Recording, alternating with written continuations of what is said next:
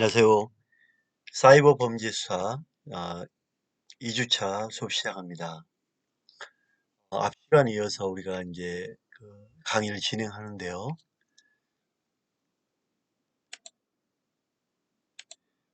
이 시간에는 인터폴이 뭐냐, 인터폴이라든지 앞으로 배워야 될 유로폴 이런 의미는 좀 우리가 하나 알고 가야 되지 않을까 생각합니다. 인터폴부터 볼까요? 인터폴이라는 거는 국의 경찰이 상호 간의 주권을 존중하면서 국제범죄 방지 진압에 협력하기 위하 설립한 조직으로 정식 명칭으로는 국제형사경찰기구 ICPO, 즉 International Criminal Police Organization인데, ICPO라는 국제경찰, 국제형사경찰기구가 인터폴이다. 이 정도를 우리가 기억해야 되겠죠? 각국의 현행 법률 범위 내에서, 그리고 세계 인권 선언 정신에 입각해 모든 형사 경찰 당국 간의 최대한의 협조를 보장하고 증진하는 것인데, 증진하는데 그 설립 목적을 두고 있다, 이렇게 보십니다. 그래서 여기에 표현 중에 모든 형사 경찰 당국 간의 최대한 협조 보장, 우리가 언론에서도 인터폴이라는 말 많이 나오죠, 그죠? 그래서 인터폴의 의미를 꼭 기억하시고요. 인터폴의 사무 총국은 프랑스 리옹에 있습니다. 각 회원국은 사무총국 또는 회원국 간의 연락, 협조 요청의 주요한 창구가 되고 있는 국가중앙사무국을 설치 운영하고 있고, 1914년 모나코에서 열린 국제경찰회의가 효시이며, 1923년 유럽 24국으로 국제형사경찰위원회, 1923년에 ICPC가 발족되어서 이게 ICPO, 그래서 국제형사경찰기구로 발전했죠. 1956년에 현재와 같이 기조되었습니다. 원래 비정부 간 기구로 출범한 인터폴은 1971년 유엔 경제사회 이사회로부터 정부 간 기구로 공인되었고, 1996년 10월 유엔 총회에서 유엔의 옵서버 자격을 인정받았습니다. 가입국은 2018년 현재 194개국이며, 우리나라는 1964년 33차 베네수엘라 총회에서 가입한 바 있습니다. 인터폴 집행위원회는 인터폴 내 주요 기구 중 하나로 주요 사업에 대한 결정 및 집행 등을 감독할 권한을 갖고 있습니다. 위원회는 총재 1명, 부총재 3명, 집행위원 9명 등 총 13명 위원으로 구성되어 있는데, 아시아, 유럽, 아메리카, 아프리카, 대륙별로 3명씩의 의석이 분배되어 있습니다. 위원직은 선출직으로 임기는 3년입니다. 또 인터폴 총재는 집행위원회 대표로 총회와 집행위원회의 주재, 인터폴 주요 정책과 계획에 관한 의사결정, 인터폴 재정, 사업 심의 의결 등을 담당합니다. 2012년 이탈리아 로마에서 열린 총회에서는 프랑스 경찰국장인 미레유 발레스트라지가 4년 임기 총장으로 선출되면서 인터폴 역사상 첫 여성 사무총장이 탄생한 바 있습니다. 오늘 배워야 될 부분 중에 인터폴 하면 국제형사경찰기구다, 이 정도만 우리가 인터폴에 대한 의미를 알면 될 것 같습니다. 유로폴을 볼까요? 유로폴은 역시 여러분 이 명칭대로 유럽에 관련된 경찰기구다, 이렇게 보시면 되겠죠? 유럽 형사 경찰기구고, 유로피언 폴리스 오피스면 유로폴, 유럽연합의 범죄대책기구다, 이렇게 보시면 됩니다. 1999년 7월 1일부터 실질적으로 활동했는데, 본부는 네덜란드 헤이그에 있습니다. 유로폴의 설립은 1992년에 마스트리히트 조약에서 합의되었고, 기구는 1994년 1월 3일 날 설립되었으며 당시에는 유로폴 드럭스 유닛에서 소규모의 조직이었습니다. 1998년 유로폴의 헌장이 전체 가입국에 비준되었고 실질적으로 활동하게 되었고 EU의 신규 가입국도 차례로 헌장에 비준하고 있습니다. 유로폴의 목적은 각 경찰기관이 서로 정보를 공유해서 중요한 국제범죄를 대처하는 것이었는데 유로폴 자체는 수사 권한이나 체포 권한 등의 권한이 없고 각 경찰기관을 지원하는 것이 중심입니다. 지원하는 방법으로는 정보 교환이나 정보 분석, 전문 기술의 제공이나 훈련 지원 등이 있습니다. 우리가 유로폴도 마찬가지로 의미 정도 기억하면 되고요. 오늘 여기서 우리가 강조해야 될 부분, 알아야 될 부분이 하나 있는데 바로 부다페스트 협약입니다. 이 부다페스트 협약은 사이버 범죄 조약인데 컨벤션 온 사이버 크라임에서 사이버 범죄, 즉 부다페스트에서 열린 협약인데 이 내용은 사이버 범죄 조약입니다. 우리 사이버 범죄 수사에서도 사이버 범죄이기 때문에 되게 중요한 협약이죠. 아쉽게도 우리나라는 여기 중요한 사이버 범죄 조약에 가입이 안 되어 있는데 제 개인적 의견으로는 이 사이버 범죄 조약에 즉 부다페스트 협약에 우리나라도 가입해야 된다고 저는 생각합니다. 부다페스트 협약은 인터넷상으로 해서 발생하는 범죄 행위에 대해서 상세한 규정을 두고 이를 처벌하도록 한 최초의 국제조약입니다. 그런데 부다페스트 협약이라는 이름의 일종의 명칭으로 정식 이름은 말 그대로 사이버 범죄 조약. 그래서 어, 부다페스트 협약은 사이버 범죄 조약이다. 이렇게 보시면 되고 부다페스트라는 지명이 붙은 별칭의 배경은 2001년 헝가리의 부다페스트에서 개최된 사이버 범죄 국제회의에서 출발된 협약이기 때문입니다. 여기에 가입이 되면 가입된 나라들끼리 각국에서 겪고 있는 사이버 범죄에 대해서 핫라인이 설치되어 공동으로 대처할 수 있게 됩니다.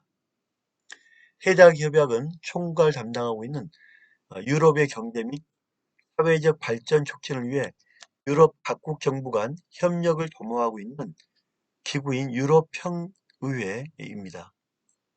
유럽의 미국이나 캐나다, 호주 등이 눈에 띄고 아시아국에서 일본이 유일하게 들어가 있고 우리나라는 2013년도부터 협약 가입 여부를 논의해 왔는데 부처 간의 견해 때문에 아직도 검증 단계에 있고 가입은 안 돼 있습니다. 그래서 우리나라는 앞으로 부다페스트 협약에 가입해야 되고 저 개인적으로 하루빨리 이 부다페스트 협약, 즉 사이버 범죄 협약에 가입해서 서로 좋은 정보, 제도, 법률을 좀 도움받고 협력해야 되지 않겠나 생각을 합니다. 그래서 방금 말했던 인터폴, 유로폴, 부다페스트 협약 의미 정도는 우리가 알고 있는 게 좋습니다.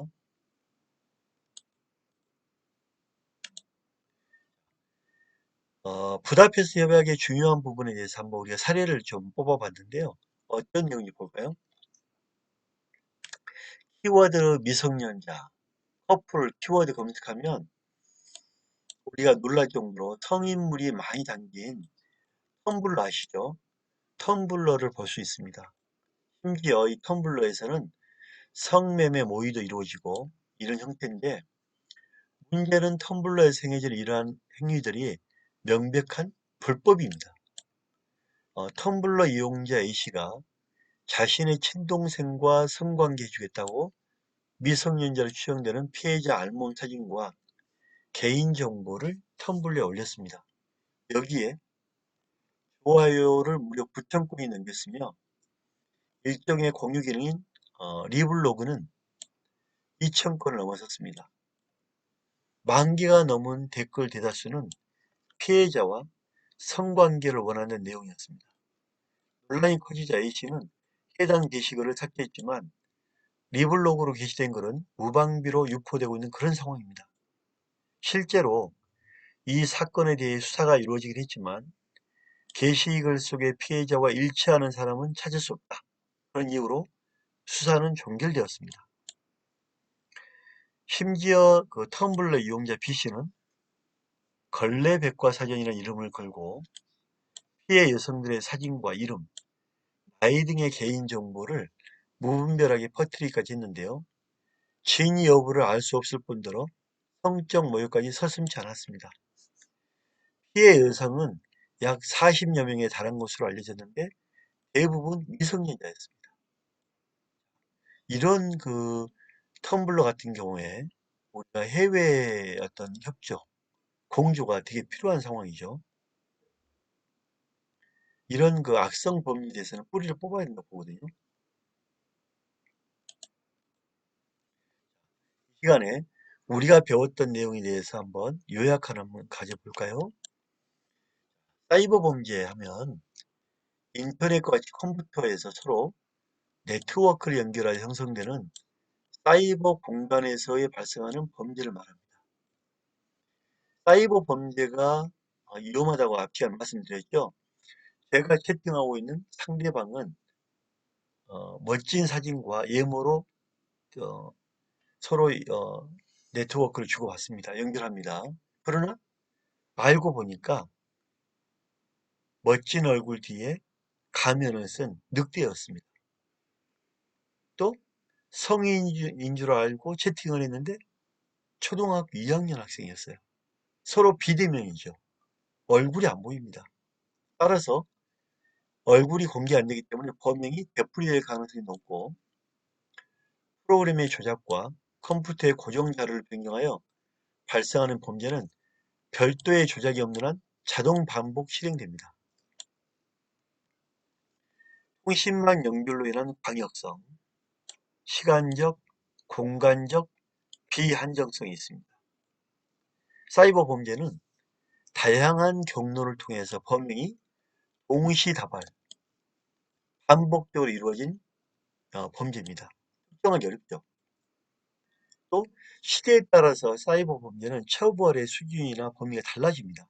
그래서 이 시대 상황이나 개인 주관에 따라 혼란과 혼동을 야기하는 경우가 되게 많습니다.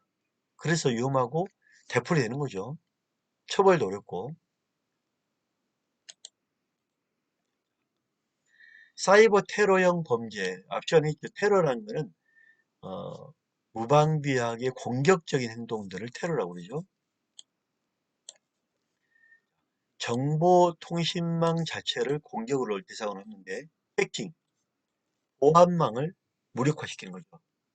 또 하나는 컴퓨터 바이러스를 심습니다. 그래서 시스템의 오작동을 만들고 자료를 파괴하고 손상을 시킵니다. 디오스 공격, 컴퓨터에 큰 부하를 발생시킵니다. 정보통신망 자체를 공격 대상으로 하는 불법 행위로서 해킹하고 바이러스를 유포합니다. 또 메일 폭탄을 심고 디오스 공격을 합니다. 그 전자기적 침해 장비를 이용한 컴퓨터 시스템과 정보통신망을 공격합니다. 그래서 이 자체를 공격을 한다 이렇게 보시면 되고요.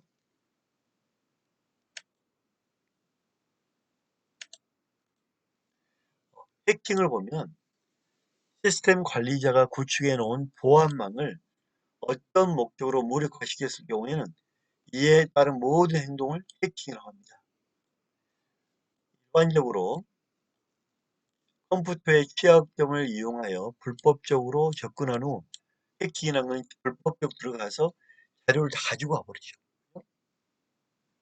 시스템의 관리자 권한을 불법적으로 획득하여 악용하거나 자료의 유출, 위조, 변조, 삭제, 시스템 장애, 마비를 일으키는 행위를 말합니다.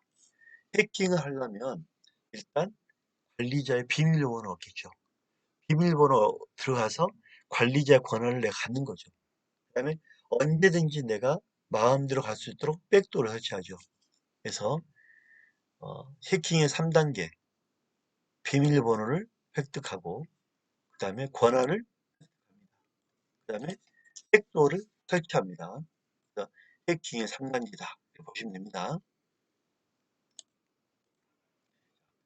우리가 바이러스는 원하는 감매, 앞 시간에 원하는 감매, 컴퓨터 바이러스는 이제 시대에 따라서 점점 발전하는데 컴퓨터에서 사용하는 프로그램을 일종으로 자기 복제 기능을 가지고 전파되면서 시스템의 오작동을 일으키거나 컴퓨터에 저장된 자료를 파기하거나 손상, 시스템 자체에 악영향을 미치는 프로그램을 말합니다. 부트 바이러스나 파일 바이러스, 이 부트를 바이러스가 심고 아니 파일을 심는 것. 그래서 부트 파일 바이러스로 구별되는데 이 발전은 원하는 감매, 원시형, 암호형, 은폐형, 보형, 반복적인 매크로, 원하는 감매 형태로 대개 바이러스가 시대에 따라서 점차 발전했죠. 자, 원시형 바이러스는 1세대입니다. 아마추어 프로그래머들이 처음 제작했고 돌이나 예루살렘 바이러스. 원시인들은 돌을 많이 썼죠. 그래서 암기는 예루살렘 돌에서 예루살렘 돌은 원시형 바이러스입니다. 특히 여러분 이제 공무원 시험을 준비하는 친구들은 이 사이버 범죄 강의를 들으면 되게 그 사이버 범죄 부분은 만점을 받을 수 있겠죠. 두 번째 2세대입니다. 암호형 바이러스인데 암호란 거는 암호기 때문에 그걸 풀어야만 바이러스를 해결할 수 있겠죠. 어느 정도 실력을 가진 프로그래머에 대해 제작됐는데 바이러스 프로그램의 일부인데 대부분 암호화 시켜서 제작됩니다. 여기에 걸리면 느림보, 느림보가 작동이 처음에 느려지거나 폭포, 엉뚱한 게 막 쏟아지는 거죠. 폭포. 그래서 느림보 폭포는 암호화된 바이러스다 이렇게 보시면 됩니다. 은폐형. 은폐형 바이러스는 이제 그야말로 은폐인데 사용자나 백신 진단의 진단 과정에서 방해하는 기법인데 진단 과정을 방해하죠. 은폐돼서 자신을 은폐하거나 사용자나 백신 프로그램에 거짓 정보를 전달하죠. 그래서 브레인이라든지 조시 4096512 바이러스인데 어, 은폐형이기 때문에 이거는 은, 사오, 브러쉬, 브레인, 바이러스, 조시 바이러스, 은, 브러쉬, 브레인, 조시, 은, 브러쉬, 은, 브러쉬죠. 사오, 은, 브러쉬 사세요. 은, 브러쉬 사오 이렇게 요거 너무 좋겠죠. 은폐형 바이러스, 은, 브러쉬 사오. 자, 갑옷형 브러쉬는 갑옷형이죠. 단단하게 뚫기 어렵죠. 프로그램을 여러 단계로 암호화했기 때문에 갑옷을 입혔다. 코드 자체의 수정 기법을 통해서 백신 프로그래머가 컴퓨터 바이러스를 분석하고 백신 프로그램을 만드는 것까지를 다양한 까다롭게 했는데 여러 가지 형태, 영성, 고래다, 크다, PCL이다, 한국 변형 크리크리 바이러스 이것은 갑옷형 바이러스인데 우리가 방금 앞에서 했던 예루살렘 돌이나 그 다음에 은 브러시 사오, 그 다음에 느림보 2세대 느림보 폭포 이런 거 정도만 알면 나머지는 해결할 수 있겠죠. 그죠? 자, 다음으로는 매크로 바이러스입니다. 5세대인데 여러분 그 매크로란 말은 들어봤죠? 경남도지사 김경수 도지사가 그 과거에 대통령 선거 때 여론 조작 아시죠? 어떤 여론 뭐 기사가 오르면 여론을 호도하는 거예요. 그 좋아요, 동의합니다를 딱 클릭을 하면 수십만 건이 자기 복제해서 거기에 막 이렇게 호응을 하는 거예요. 매크로 바이러스죠. 그래서 그 산체란 거는 매크로 바이러스를 조작했던 장소. 거기서 산체에서 김경수 도지사가 현장에서 시범을 하는 걸 봤나 안 봤나. 시범을 하는 걸 봤다면 범죄 교사나 공범이 인정이 되죠. 한때 논란이 됐었습니다. 그래서 매크로 바이러스가 5세대 바이러스인데 운영체제 관계없이 동작하는 운영 프로그램 내부에서 동작하는 것이 큰 특징입니다. 아직까지는 한글에서 활동하는 이 매크로 바이러스는 등장하지 않았다 이렇게 봅니다. 그래서 우리가 방금 설명했듯이 원하는 감매, 원시형 바이러스, 암호형 바이러스, 은폐형 바이러스, 갑옷형 바이러스, 매크로 바이러스 이런 흐름을 우리가 꼭 기억해야 된다.